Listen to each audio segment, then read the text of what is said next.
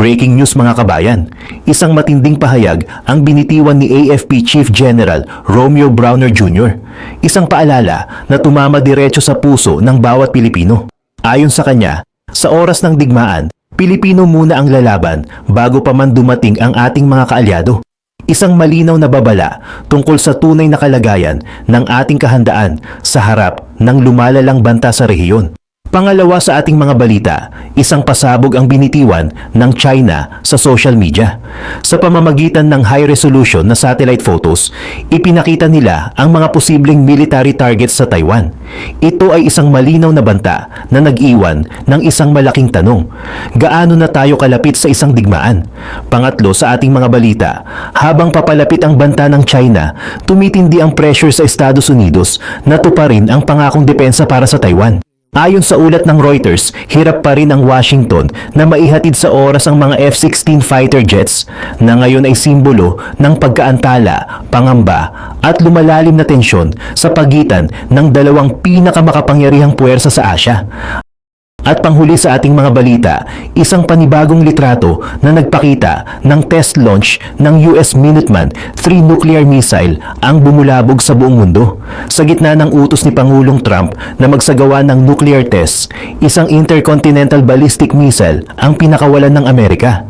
Isang kalkuladong galaw at isang napakalinaw na mensahe sa kanilang mga katunggali na Russia at China. Bago tayo mag-umpisa, baka pwedeng palike muna ng video na ito. Malaking bagay na ito para sa aming mga content creators. Maraming salamat po. Sa gitna ng tumitinding tensyon sa West Philippine Sea, isang malamig na katotohanan ang ipinukol sa atin ni AFP Chief of Staff General Romeo Browner Jr. Hindi ito isang simpleng pahayag. Ito ay mga salitang kumaklaro sa ating mga maling akala. Ayon sa ulat ng UNTV News and Rescue, diretsahan at walang pag-aalinlangang sinabi ng general. Our ally and our partners are expecting us to fight the war ourselves during the first part of the conflict. Tayo muna ang makikipaggera. Ang mga salitang iyon ay isang malakas na pagsara ng pinto sa ating inaasahang kaligtasan. Malinaw ang mensahe. Ang unang linya ng depensa ng Pilipinas ay ang Pilipino mismo. Ang kaligtasan ng ating bayan ay unang nakasalalay sa ating mga balikat at sa ating sariling lakas. Ang pag-asang may ibang sasalo sa atin ay biglang gumuho. Ngunit bakit ito biglang ipinunto ng general? Dahil hindi na ito teorya lamang. Bilang patunay, formal nang binuksan ang Ajax Daguet-Pa 09-2025, isang malawakang pagsasanay na tatakbo hanggang ika-14 ng Nobyembre. Ito ay isang unilateral exercise. Ibig sabihin, wala tayong kasamang Amerikano, Japanese o Australiano. Ito ay purong puwersang Pilipino, ang hukbong dagat, hukbong himpapawid, hukbong katihan at Special Operations Forces kasama ang Coast Guard at PNP. Isa itong malinaw na pagpapakita na sinusukat natin ang sarili nating lakas dahil sa huli, tayo lang ang inaasahan. Sa kabila ng paghahandang ito, inilatag din ni General Browner ang isang masakit na katotohanan. Sinabi niya na ang pagiging world-class ng isang hukbo ay hindi nasusukat sa kagamitan lamang kundi sa kasanayan. At sa larangang iyan, kaya nating makipagsabayan. Ngunit ang tapang at galing ay hindi sapat. Inamin mismo ng general na may malaking pagkukulang sa ating resources.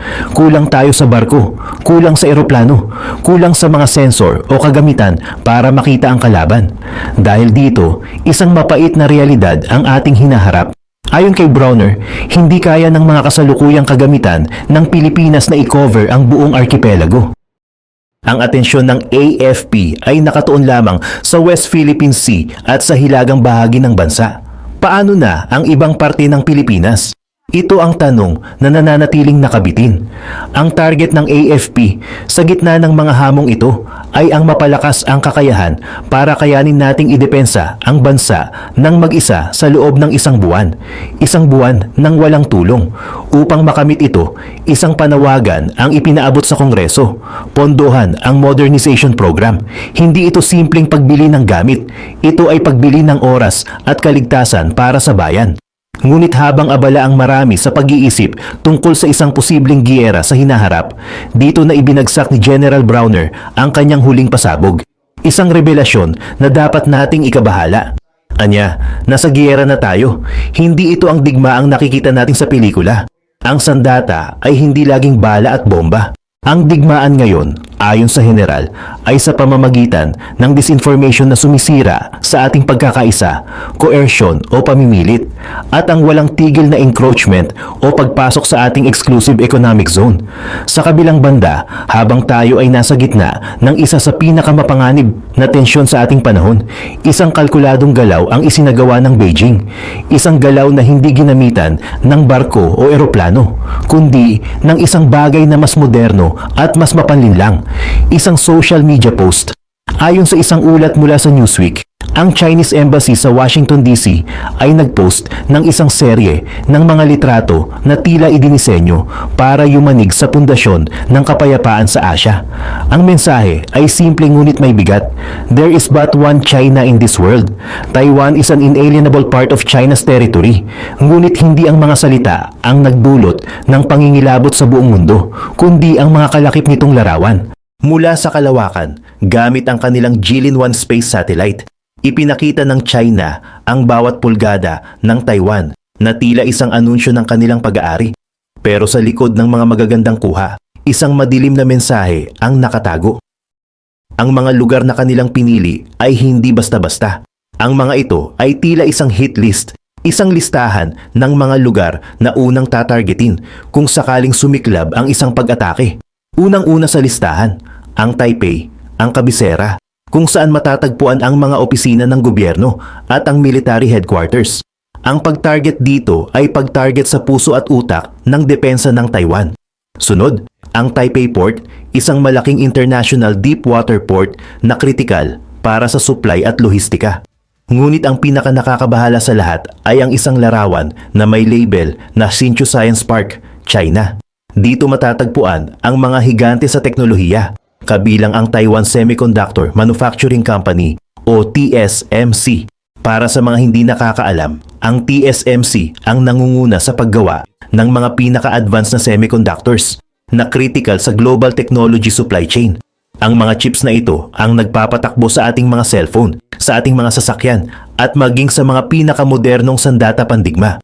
Anumang pinsala sa lugar na ito ay hindi lang magdudulot ng dilubyo sa Taiwan, kundi magpapaluhod sa buong global technology supply chain. At hindi dyan nagtatapos. Ipinakita rin nila ang Cape L1B, ang pinakatimog na bahagi ng Taiwan. Ang lugar na ito ay nakatanaw sa Bashi Channel, isang makipot na daanan ng mga barko sa pagitan ng Taiwan at Pilipinas. Para sa mga strategist ng Amerika, ang Bashi Channel ay isang key maritime choke point na napakahalaga para pigilan ang paglawak ng puwersa ng China kung magkakaroon ng digmaan. Ang paglalagay nito sa listahan ay isang direktang mensahe na alam nila kung saan ang mga strategic na lagusan. Pero ano ang teknolohiya sa likod ng mga matang ito sa himpapawid? Ang mga litrato ay mula sa Jilin-1 commercial satellite na ginagawa ng Changguang Satellite Technology, isang kumpanya na pinaghihinalaang may ugnayan sa People's Liberation Army ng China na nagpapakita ng dual-use technology para sa parehong komersyal at militar na gamit. Ito ay isang perpektong halimbawa ng civilian-military dual-use technology, isang teknolohiyang mukhang pang-komersyal pero sa katotohanan ay isang sandata para manmanan ang kanilang mga kalaban, kabilang na ang Amerika real-time. Ang tahasang pagbabantang ito ay nag-iwan ng isang malakas na sigaw mula sa iba't ibang panig ng mundo. Para sa mga kritiko, ito ay hindi na isang simpleng propaganda. Ito ay isang deklarasyon.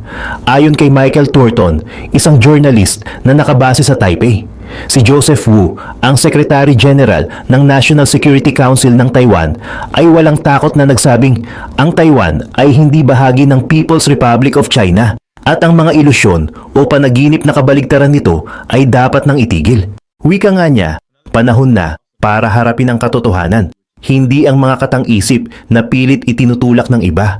Maging ang Amerika ay hindi na nahimik. Si Senator Jim Risch, ang chairman ng US Senate's Foreign Relations Committee, ay nagsabing hindi kailanman nakontrol ng People's Republic of China ang teritoryo ng Taiwan. Aniya, ang post na ito ay malinaw na halimbawa ng pagsisinungaling ng Chinese Communist Party sa kasaysayan at ng kanilang hayagang pagbabanta laban sa isang mapayapang demokrasya. Ang tanong ngayon, Ano ang susunod? Ayon sa mga opisyal ng US Defense at Intelligence, naniniwala sila na inutusan ni Chinese President Xi Jinping ang kanyang militar na maging handa sa isang pagsalakay sa Taiwan pagdating ng 2027. Bagamat hindi ito nangangahulugang tiyak na mangyayari, ito ay isang malinaw na hudyat na ang orasan ay tumatakbo. Sa kabila ng lahat ng ito, isa pang malaking dagok ang sumampal sa Taiwan. Isang dagok na hindi nagmula sa China, kundi mula mismo sa kanilang pinakamalaking kaalyado, ang Estados Unidos. Ayon sa isang ulat ng International News Agency na Reuters, inamin mismo ng Defense Ministry ng Taiwan na ang mga pinakahihintay nilang sandata ay hindi darating sa takdang oras. Ang sentro ng usapin, ang 66 na F-16V fighter jets. Ang mga eroplanong ito ay hindi basta-basta kagamitan. Ito ang dapat sana'y magiging gulugod ng kanilang air defense, ang kanilang pader laban sa anumang posibleng pagsalakay. Ang orihinal na pangako ay darating ang lahat ng ito pagdating ng 2026.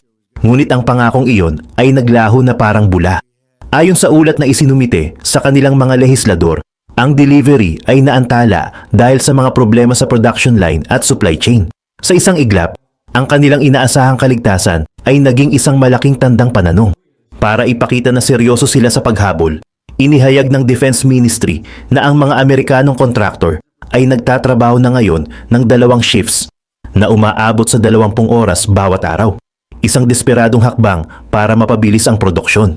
Kinumpirma ito ni Defense Minister Wellington Koo na nagsabing 50 sa mga eroplano ay kasalukuyan ng ginagawa at 10 dito ay inaasahang sasailalim sa flight tests ngayong taon para ma-deliver sa 2026. Ngunit para sa marami, ito ay tila isang pagtatangka na kontrolin ang pinsala. Ngunit hindi lang dyan nagtatapos ang kalbaryo. Inilantad din ng Defense Ministry na hindi lang ang mga F-16 ang apektado. Ang delivery ng 24 na Mk-48 torpedoes na gawa rin ng Lockheed Martin ay na-postpone at darating na lamang sa pagitan ng 2026 at 2028. At isa pang pasabog, ang mga AGM-154C Joint Standoff Glide Bombs, mga high-tech na sandata mula sa kumpanyang Raytheon ay naantala rin. Mula sa dating inaasahang 2026, ang mga ito ay darating na lamang sa pagitan ng 2027 at 2028. Ang mga delays na ito ay hindi simpleng issue ng logistic. Bawat araw na lumilipas na wala ang mga sandata na ito ay isang bintana ng oportunidad para sa China. Isang malinaw na hudyat na ang makinaryang pandigma ng Amerika na inaasahan ng buong mundo ay mayroon palang mga bitak. Subalit sa gitna ng kadiliman, isang manipis na sinag ng liwanag ang lumitaw. Isang sandata na hindi lang dumating, kundi dumating ng mas maaga sa inaasahan. Ito ang High Mobility Artillery Rocket System o HIMARS, isang pangalan na nagbigay ng takot sa mga puwersa ng Russia sa Ukraine. Ayon sa Defense Ministry, ang natitirang 18 na HIMARS units ay darating na sa huling bahagi ng 2026, mas maaga kaysa sa orihinal na schedule na 2027. Ang HIMARS ay hindi isang ordinaryong rocket system. Ito ay isang precision weapon na kayang tumama sa mga target sa malayong distansya. Sa katunayan, nitong Mayo, matagumpay na itong sinubukan ng Taiwan. Ang pagdating nito ay isang malinaw na mensahe. Kung sakaling magkaroon ng digmaan, may kakayahan ng Taiwan na patamaan ang mga target sa mismong teritoryo ng China. Ang sitwasyon ay nag-iiwan ng isang komplikadong larawan. Sa isang banda, ang malawakang pag-aantala ng mga kritikal na sandata tulad ng F-16 ay isang malaking dagok sa depensa ng Taiwan. Ngunit sa kabilang banda, ang maagang pagdating ng game changer na HIMARS ay nagpapakita na may pag-asa pa. Sa gitna ng lumalalang tensyon sa buong mundo, isang nakakayanig na kaganapan ang nangyari sa Vandenberg Space Force Base sa California. Isang missile na may kakayahang magdala ng pagkawasak sa isang kontinente ang binitawan. Ayon sa isang ulat ng Newsweek, matagumpay na nagpakawala ang Estados Unidos ng isang unarmed Minuteman III Intercontinental Ballistic Missile o ICBM. Nilinaw ng US military na ang missile ay walang dalang nuclear warhead at bahagi lamang ito ng routine test launch. Gayunpaman, ang pagsubok na ito ay may malakas na simbolikong mensahe sa larangan ng pandaigdigang disiplina. Ang Minuteman III ay hindi isang ordinaryong sandata. Ito ay may kakayahang magdala ng hanggang 3 nuclear warheads at kayang tumama sa target na mahigit 6,000 milya ang layo. Ang test launch na ito, ayon sa kanila, ay isang routine na matagal nang nakaschedule. Ngunit sa likod ng opisyal na dahilan na ito, marami ang nagtataka. Bagamat may diskusyon tungkol sa pagsusuri ng nuclear capabilities, walang kumpirmadong utos mula kay Pangulong Trump para sa agarang pagbawi ng nuclear testing. Bagamat nilinaw ni Energy Secretary Chris Wright na hindi ito magkakaroon ng aktwal na pagsabog, ang pinsala sa diplomasya ay nagawa na. Ang mga salitang iyon ay tila isang malakas na hudyat na nagpabago sa buong takbo ng usapan. Ang paglulunsad na ito ay isang malinaw na pagpapakita ng kanilang strategic deterrence, isang pulisiya na nagsasabing hindi man nila gagamitin ang kanilang sandata, titiyakin nilang alam ng buong mundo na ito ay handa at gumagana. Pero paano nga ba ito ginawa? Dito nagsisimula ang panibagong laro. Ang missile na walang karga ay naglakbay ng 4,200 milya patawid sa Pacific Ocean bago bumagsak sa Ronald Reagan Ballistic Missile Defense Test Site sa Kwajalein Atoll sa Marshall Islands. At ang paraan ng pag-launch ay mas nakakagulat. Hindi ito pinindot mula sa isang ground launch center.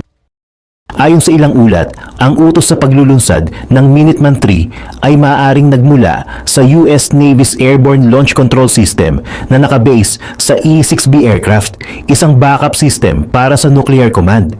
Ito ang kanilang backup plan, isang sistema na idinisenyo para gumana kung sakaling ang kanilang mga command center sa lupa ay nawasak na sa isang nuclear attack. Sa madaling salita, ipinapakita nila na kahit sa pinakamasamang senaryo, may kakayahan pa rin silang gumanti. Ayon kay US Air Force Lieutenant Colonel Carrie Ray, ang test na ito ay isang comprehensive assessment para kolektahin ang napakahalagang datos at tiyakin ang pagiging maasahan ng kanilang ICBM weapon system. Ang pagpapanatiling handa ng kanilang mga sandata ay isang pangunahing prioridad, lalo na't ang Minuteman III na nagsisilbi na mula pa noong 1970 ay malapit ng palitan ng mas modernong Sentinel missiles. Ngunit gaano kalawak ang kanilang arsenal? Ayon sa Federation of American Scientists Nuclear Information Project, nagpapanatili ang US Air Force ng 400 Minuteman III missiles na nakakalat sa mga silo sa 5 estado.